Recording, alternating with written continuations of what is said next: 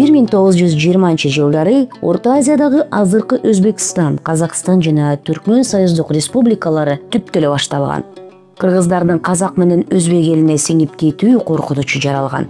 Ишеналы Арабаев, Абдыкадыр Орозбеков, Иманалы Айдарбеков, Турдалы Токпаев, Абдыкерим Сыдыков, Касымбай Телтаев, Жусуп Абдрахманов жана башка кыргыздын чыгаан инсандары биргелешип улуттук автономияны түптөөгө аракетин башташат. Натыйжада 1924 жылы 14 октябрда Кара-Кыргыз автономиясы Россиянын курамына кошулуп, кыргыздар көз карандысыздыгын сактап калган эгемен Кыргызстандын өлкөсүн түптөгөн. Жолдоштор, уюштуруу съезди элибиздин тарых үчүн да, келечек үчүн да ченебеген иш болду. Мени кубандырганы арабыздагы өзбек, казактардан кем калбай, өз алдынча жашоого багыт алып бара жатканыбызда. Ооба, туура айтасыз. Баары башкача. Биздин жан үрөгөнө аракеттерибиздин аягы оңнан чыгып жаткандыгын көргөндө, мына менин төбөм көктө. Айта көрбөгүлө.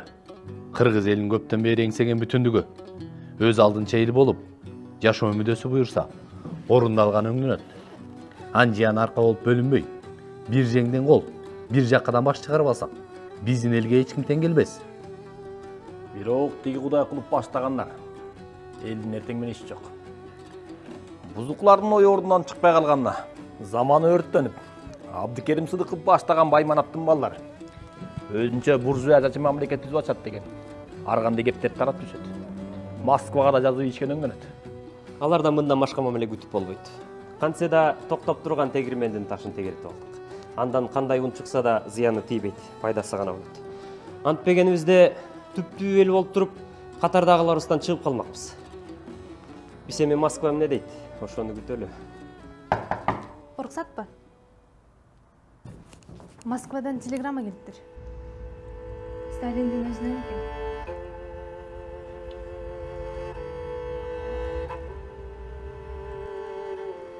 Жусуп окучу. Эмне кабар болду экен?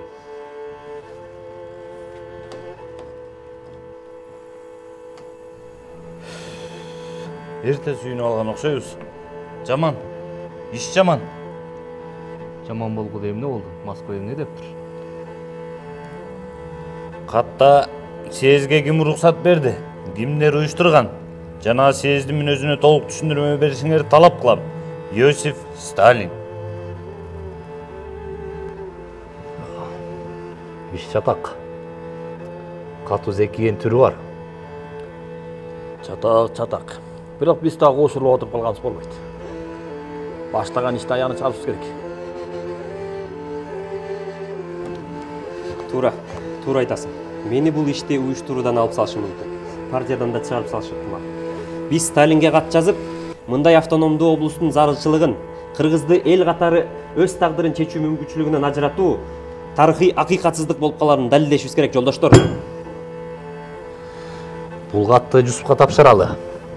Анда кыргыз элинин географиялык жайгашышы, экономикалык, чарбалык абалы, улуттук өзгөчөлүгү кеңири жазыш керек. Уюштуруу съездинде айтылгандай, корутундуу чечимдер да болгосун турулуш керек. Жусупка жабыла жардам берели. Биз да карап турбайлы. Мындан кийинки жыйында ар бир сөзүбүз анык жана далилдүү болсун. Сиз айтмакчы, эптеп тегере толган тегирменибиздин ташын токтото алган болбос. Кыр-кырларда сөөгү, адырларда аккан каны калган ата бабаларыбыздын арбак үчүн баарына башты саяр учурдабыз.